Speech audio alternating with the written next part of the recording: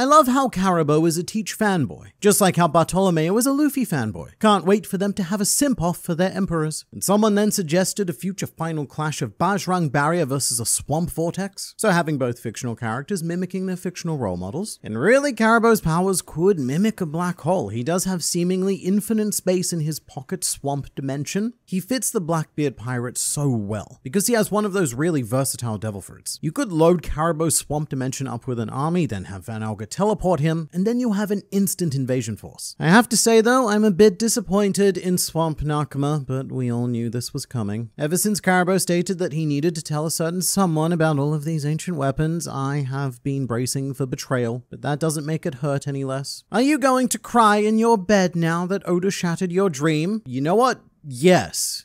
Gonna go cry now. Van Alga casually warping into Egghead and drops one of the hardest lines of the series. I really hope that Viz has this line in their translation because I really don't know how much you can improve on just saying the world. But Van Alga did go all Dio on us in this chapter, which is too bad for him because Dio's voice actor actually plays Kuzan in One Piece, so the Blackbeard pirates already have a Dio. It was pretty absurdly chilling though. Van Alga has never been one of my personally highly rated Blackbeard pirates, but with those two words, he's pretty much shot right to the top for me. It's the first time that a character in One Piece has threatened world domination, and I've actually believed it. Even when Kaido was talking about starting a big world war to do all of the big bad things, I never took it seriously because in the back of my mind brain, I knew that he was going to be beaten during the Wano arc, so everything he said during the Wano arc was meaningless. But with the Blackbeard pirates, they have a lot of time left to do any number of shocking things, and I don't doubt that they could make it happen, especially since they have the patience, the competency, and most importantly, they even seem to have fate on their side. It's as if there's some sort of outer god placing bets on both sides here, helping both Luffy and Blackbeard content with whoever wins so long as it's one of them. It really could be a case of angels versus demons here, especially when you see that demonic glare of Katarina Devon. I really don't know how Oda does it, but he can conjure deeply disturbing imagery with a simple face in a tiny sliver of a single page. But I think that all of the Blackbeard pirates have that aura of generally unsettling. The only way I can really think to describe it would be in a sort of true crime way. They all have the vibes of a serial killer, which you don't get from antagonists like Crocodile, who exudes more of that mafia boss persona, or Kaido, who comes off as a more power-hungry war general. I mean, neither are particularly good, but at least there's something there, something human that you can latch onto. Whereas with the Blackbeard pirates, there's nothing. They're these disturbing anomalies that exist within the system, with their motivations and capabilities completely shrouded. I have to say though, I'm very surprised that Van Alga is here because I was personally betting on Lafitte. He and Katarina Devon were the only two crew members we hadn't already seen elsewhere in the arc. And Lafitte, I guess he may still be here. Someone needs to be aboard the ship, I guess. But Van Alga is quite curious. In this chapter, Alga also mentions that he hasn't mastered his devil fruit yet, which probably means that he can't do extreme stuff, since he couldn't even get all the way off Egghead Island, but it plants some pretty nefarious seeds for his future potential. At the same time though, he must have some sort of intermediate abilities because Van Alga, I think he set a record during this arc. Over the course of this arc, Van Alga has been active in 3 different locations around the world. First with the cover story where he and Kuzan invaded Whole Cake Island to capture Charlotte Pudding. Then he was also present on Winter Island fighting against the Heart Pirates, and now he rocks up to Egghead Island. And I think the fact that we're seeing him and only him in 3 different locations speaks pretty highly about the insane mobility he does have, which is a ridiculously ideal power for a sniper, because even if his opponent manages to close the gap between them, all Van Alga needs to do is warp away and get back into position. Ever since Van Alga was introduced, it's been more or less locked in fan headcanon that his final fight is going to be against Usopp. They're both snipers and they're both, well, that's all they have in common, but it would be really cool to see a sniper battle at some point. For this to work though, Usopp's gonna need to seriously step up his game, perhaps developing his observation haki to the point where he can predict where Alga is going to teleport and aim for there instead. Otherwise, I don't know how he or really any Straw Hat can deal with him. Other than Usopp, they're all quite close to mid-range fighters. But also we do need to talk more about Lafitte, or the lack of Lafitte, a Blackbeard pirate who has been in 0 of the 4 locations his crew has been active in during this arc so far. So quite the underachiever compared to Van Alga. Again, I think it's plausible that he could be on the ship, but I would be remiss if I didn't take this opportunity to share one of my favorite stupid theories that I've recently been made aware of, which is that Lafitte is the Marine Leaker, although you may know him by his other name, Hattori. That's right. All of Blackbeard's insider information comes courtesy of Hattori because he's always present in top secret discussions involving Rob Lucci. Because remember, when we saw Lafitte invade Impel Down with the Blackbeard pirates, he had wings. And pigeons also have wings, which makes him a pigeon-type Zoan fruit user, and Hattori is just his full beast form. That's how he got all the way up to Marijois without being noticed, just like Karasu did via being bird. Lafitte has been called a master of stealth, which is quite impressive considering that he chooses to wear tap shoes. Dude is really playing life on the hardest difficulty there is. As fun as it is though, it's hard to explain things like how Lafitte could have gone to Marijois, whilst also infiltrating Water 7 at the same time as Lucci's beloved pigeon, but he's not to be underestimated. As a master of hypnosis and stealth, it's very, very troubling when we don't see him, especially since the Blackbeard pirates have such a strong presence in this arc. It's like knowing that you've got a spider somewhere in your room, and there's a big difference when you can see the spider versus when you can't see it. When you can see it, you can monitor it and eventually do something about it. But when you can't see it, you just have to assume that it's lurking in the shadows and doing something sinister in order to plot your eventual downfall. Also, fun thing about Katarina Devon. After all of these insane theories about who she's been impersonating on Egghead, she's Bonnie, she's Luffy, could she be Vegapunk, could she be Kizaru? I love that after a year of all of that, when she eventually did show up, she was just herself. Just plain old Katarina. There was no grand reveal, it was just like, oh hey, Katarina Devon is also here. And I think that speaks pretty strongly to our tendency as a fan base to seriously overthink things. Now, something I didn't address in the chapter review video is the potential implication that Katarina Devon can not only now become Saint Saturn, but also gain access to his powers, which is what would theoretically separate her from Bon Clay. Bon Clay touches someone and then he becomes a printout cardboard copy of a body, but Katarina Devon, she downloads the full file. Bon Clay has used his ability to turn into Devil Fruit users in the past, notably Luffy, Chopper, and Magellan, but he's never been shown as capable of having their fruit powers as well, with the possible technical exception of Chopper because Bon Clay appeared in his brain point. But that might be because Chopper was already in that form when Bon Clay touched him, so that's the data he took. And maybe if Luffy was stretching his arm when he was touched, then Bon Clay would become a Luffy with a really long arm. But with Devon, I suspect that her fruit might be quite broken in this regard, and that she can mimic Devil Fruit users, abilities and all, which would only add to the growing list of broken Blackbeard fruits. I recently did a video on Doc Q's Devil Fruit, the disease maker, and in theory that can mimic any Devil Fruit by creating a new disease with the symptoms that are that Devil Fruit power. And obviously we have Blackbeard who just flat out uses multiple fruits, and if Katarina Devon can also mimic fruit powers, then we're not just dealing with 10 Titanic captains here. We're dealing with the most versatile group of ability users to have ever existed. There's also a fun new Van Alger idea, which is that he's the one who warped the food to Luffy, which is how the food appeared out of nowhere. We didn't need any stealthy swamps or lightspeed Uber Eats because Van Alger can blink things in and out from insane distances. And also, he could have been the one who warped Luffy to the replicator. No one would have noticed. And helping Luffy makes a lot of sense for them to take the opportunity to touch Saturn, or to take the opportunity to touch Luffy. You warp Luffy to the replicator, Katarina Devon rubs his belly like a lucky Buddha, and then you blink away. Although their original target could have been anyone. Perhaps even Kizaru, who was vulnerable on the floor at the time, or even Vegapunk. They could have been sent to Egghead Island to find a way to counter the Seraphim that Blackbeard himself recently encountered on Amazon Lily. And then, wow, what a fatesome coincidence. Why take an Admiral or a Vegapunk when an Elder Star happens to be here? That's convenient timing. I love how Sanji doesn't even understand his own powers and just does things. Come to think of it, it's the same for all of the monster trio. Luffy is the obvious one because he has no idea that he's an awakened fruit user. In fact, he has no idea what Devil Fruit he's even using. He just took all of those unknown factors and labeled it as Gear 5th because it needed a name. And then there's Zoro, who has no idea what he's doing, but doing it anyway. It took Kaido to point out that he was a Conqueror's Haki user, and Zoro was all like, lol, what's that? So I think it's pretty perfect that Sanji also fits into this trend. Although in Sanji's case, I think it might be more about denial. Because look, he's smart enough to know what's happening, but he can't accept that because that would mean accepting all of this that is his father's doing. Or maybe it's a mix of both. Sanji credits his abilities to love because whatever he is right now is also the result of his mother's sacrifice. It was her love that gave him these abilities in spite of his father's dickery. We gotta talk about boots though. A lot of people in the comments have been proposing that Sanji was able to block the laser because he was wearing the special Egghead boots. And my response to that is that boots are not gloves. Early on in the Egghead arc, we were introduced to the light pressure gloves, which gave Atlas the ability to physically interact with holograms on the island. And I think a lot of people have conflated these specific gloves with all Egghead Island attire. But these are a special item him, and the boots don't do the same thing to the best of our knowledge. Also, Kizaru's shock may not necessarily have been as a result of the block itself, but the speed required to make the block. Because theoretically, Sanji is moving at whatever the equivalent of this light speed is, which even though it's not real light speed, is still pretty fast. And I do have to mention that one panel of Kizaru closing his eyes before firing on Vegapunk and Bonnie, and I have to mention it because, look, bruh, what a coward. I get that you've made your decision to be the cog in the machine. Oh, I have no self-agency, I can't control it, it's my job, gotta do it. I get that, but don't look away. I get that you, Marine Admiral, don't want to do this, but in that case, maybe use your light powers to build yourself a nice low-gear backbone, and then just don't do it instead. But right now, he's doing the worst of both worlds. These Kizaru stocks, they are plummeting. But related to this, we also have another market update. Sanji stocks up, Zoro stocks down.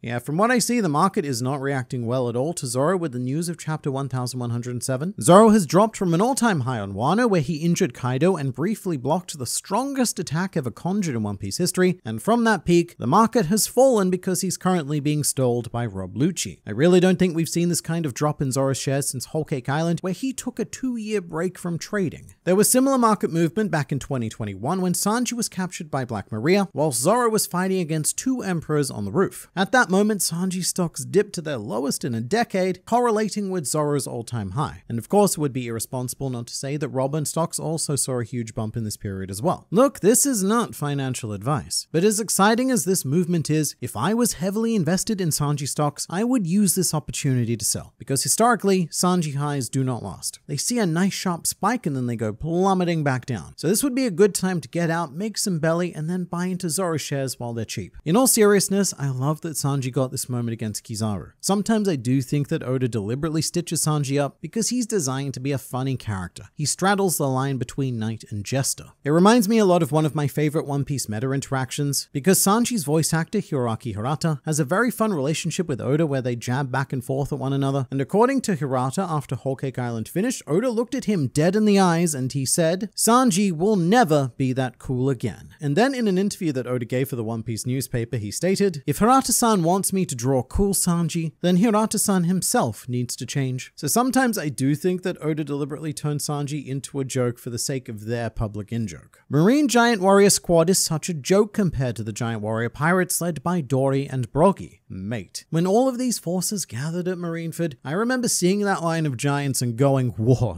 they're gonna be trouble. But they weren't, and they never will be. After seeing the Giant Warrior Pirates in action, there's something that the Giant Squad is severely lacking, and that something is probably more like several things. They lack that Elbathian battle lust and savagery. The Giant Squad are almost like domesticated giants, which makes sense because they're very likely giants who were sold to the world government by Mother Carmel, although the only giant we have confirmation on with that happening is Vice Admiral John Giant. There's this really chilling part of Big Mom's flashback where Mother Carmel states that she's been selling children for 50 years, half a century of child trafficking, and not just small children as well, but big children. But I guess this is the difference between hand-reared giants in a marine zoo and giants who grew up in the wild under the principles of Elbaf. And on Egghead, it feels like we're seeing what a true force of giants can do for the first time, and it's definitely reinforcing why we do not mess with them. Also, with the Marines, we got another name for one of the Egghead Vice Admirals. I kind of ignored it in the chapter review video because I was focused on other things, and also I didn't get the reference. But his name is Red King, and quite a few of you have pointed out to me that this is a reference to Ultraman, and after having googled Red King, I 100% see the resemblance, and I love that Oda's solution to mimicking the kaiju texture was to give Red King 6 chins. Blackbeard being Joy Boy's descendant is the only way the term special lineage makes sense. That could be an interesting idea, because that would turn our final conflict into a battle between the biological descendant of Joy Boy and the inheritor of Joy Boy's will. However, at the moment, the simplest answer is probably still Rocksteady Zebek. If Shanks were to find out about that connection, then that would certainly warrant a visit to Snitch to the Elder Stars, as he was the man who was previously closest to bringing the world government to ruin, which could show an interesting dichotomy happening within the D-Clan. To illustrate, during Fishman Island, we had a strong juxtaposition between ideals. We had Queen Otahime on one side and Fisher Tiger on the other. Two people who more or less wanted the same outcome, but believed in different methods of getting there. And that could be what's happening with these 2D factions. You've got this force of laughter, happiness, and hope above all, represented by Joy Boy and Luffy, and alongside that an opposing ideal of darkness, represented by Rox and Teach. Both aiming for the same thing, which is to get rid of the world government and liberate the world, but through different methods. The Joy Boy and the Sad Boy, who pretends to be happy, but we've all seen that picture of him crying as a child, so you cannot fool me, Sad Boy.